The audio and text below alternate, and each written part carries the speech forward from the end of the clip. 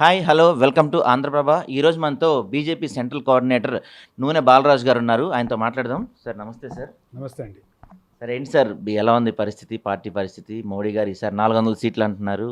ఏంటి పరిస్థితి? అంత ధీమాగా అది కూడా ఎవరైనా మేము గెలుస్తామని చెప్తారు, లేకపోతే మళ్ళీ అధికారంలోకి వస్తామంటున్నారు. 370 400 ప్లస్సే అని చెప్పి స్టేట్మెంట్లు ఇస్తున్నారు. ఏ ధైర్యంతో అలా చెప్తున్నారంటారు?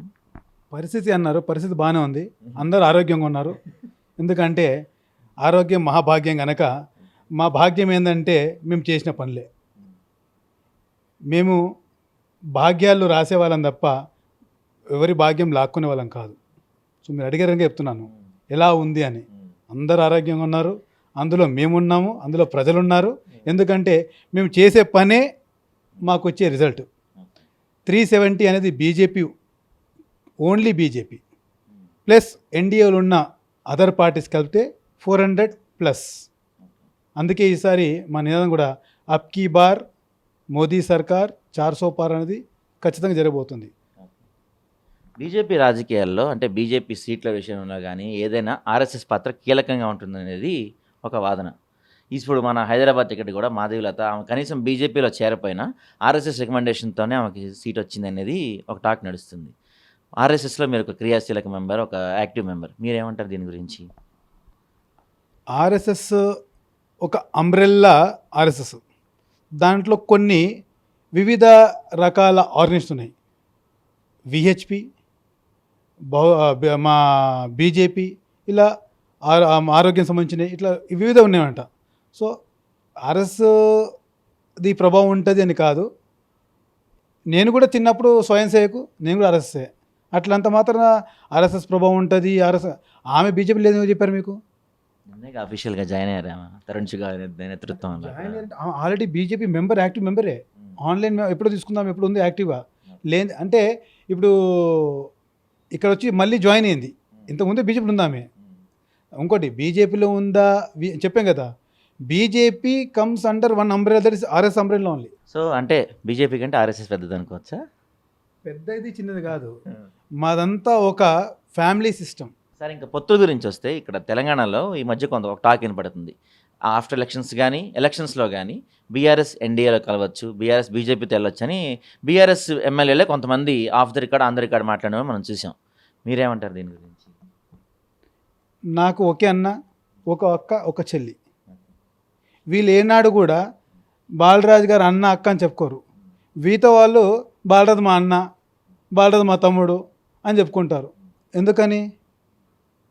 అది కనుక మా వాళ్ళకి అవసరం లేదు, మాకు పొత్తులు అవసరం లేదు, మాకేం అవసరం లేదు. మా బలం మాదే. వీక్ వాళ్ళు చెప్పుకుంటారు ఆ విషయాలు. ఇదే ఏపీలో కూడా అనుకోవచ్చా? ఏపీలో అనుకోవచ్చా అంటే ఇంకా ఏపీలో ఇంకా ఏమి డిసైడ్ అవ్వలేదు. ఏపీలో కూడా పురంధేశ్వరి ఢిల్లీ వస్తున్నారు, BJP AP chief Purandeswari Delhi వస్తున్నారు. పొత్తుల గురించి ఫైనల్ చేయడానికి వస్తున్నారు అనుకోవచ్చా? కాదు కాదు, మొన్న ఆల్రెడీ 8 రాష్ట్రాలు వచ్చి వెళ్ళాయి. అంటే బోర్డు మీటింగ్ జరిగింది. అంటే మాది అన్ని రాష్ట్రాలు కదా, 37 రాష్ట్రాలు రావాలి కనుక విడతల వారీగా పిలుస్తున్నారు. 1 డేలో అయ్యేది కాదు. ప్రధానమంత్రి గారు కూర్చోవాలి, బోర్డు మొత్తం కూర్చోవాలి. కూర్చున్నప్పుడు వాళ్ళ అభిప్రాయం తీసుకుంటారు. అంటే ప్రాబుల్ క్యాండిడేట్స్ ఎవరు ఏంటనేది. అందులో ప్రతి ఒక్క పార్లమెంట్కి 3 పేర్లు తీసుకుంటారు. ఆ 3లో ఎవరి బలం ఎలా ఉంది, కార్యకర్తలు ఎలా పనిచేస్తున్నారు, వాళ్ళకి ఎవరు సపోర్ట్ ఉంది, ఇవన్నీ చూస్తారు. కనుక అది సబ్మిట్ వస్తుంది తప్ప ఆమె ఏ పొత్తు గురించి మాట్లాడడానికి రాదు. ఎందుకంటే రాష్ట్ర అధ్యక్షులకు పొత్తులు మాట్లాడేది లేదు. ఏదన్నా మా central party, central board decide చేస్తుంది. సో ఇన్ని రోజులుగా తెరవెనుకుంటూ బీజేపీకి సపోర్ట్ చేస్తూ చాలామంది లీడర్స్ని తయారు చేస్తున్న బాలరాజు గారిని మనం ప్రత్యక్ష రాజకీయాల్లో ఏమైనా ఫ్యూచర్లో చూడొచ్చా? ప్రత్యక్ష రాజకీయాలు అంటే నేను తయారు చేస్తానని చెప్పాను. I'm not maker. Okay, I'm one of the soldier of the party.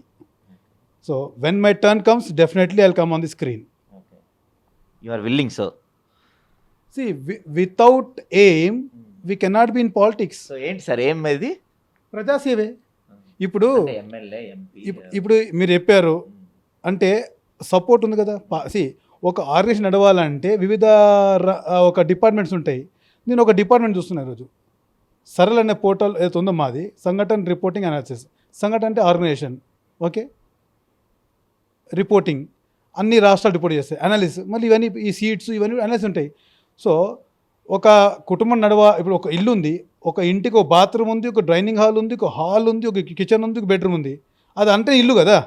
కానీ నువ్వు హాల్లోనే పరిమితం అంటే కాదు కదా. ఇప్పుడు హాల్లో కూర్చున్నాను, ఆకలేస్తే భోజనానికి దీంట్లోకి వెళ్తాను, డైనింగ్ హాల్లోకి వెళ్తాను, వంట చేసుకోవాలంటే కిచెన్లోకి వెళ్తాను, పడుకోనికి బెడ్కి వెళ్తాను, వాష్రూమ్ అంటే బాత్రూమ్కి వెళ్తాను. కనుక అన్ని కలిపితేనే ఒక ఇల్లు అయింది. అలాగే ప్రతి పార్టీకి ప్రతి దాన్ని కూడా డిఫరెంట్ డిపార్ట్మెంట్స్ ఉంటాయి.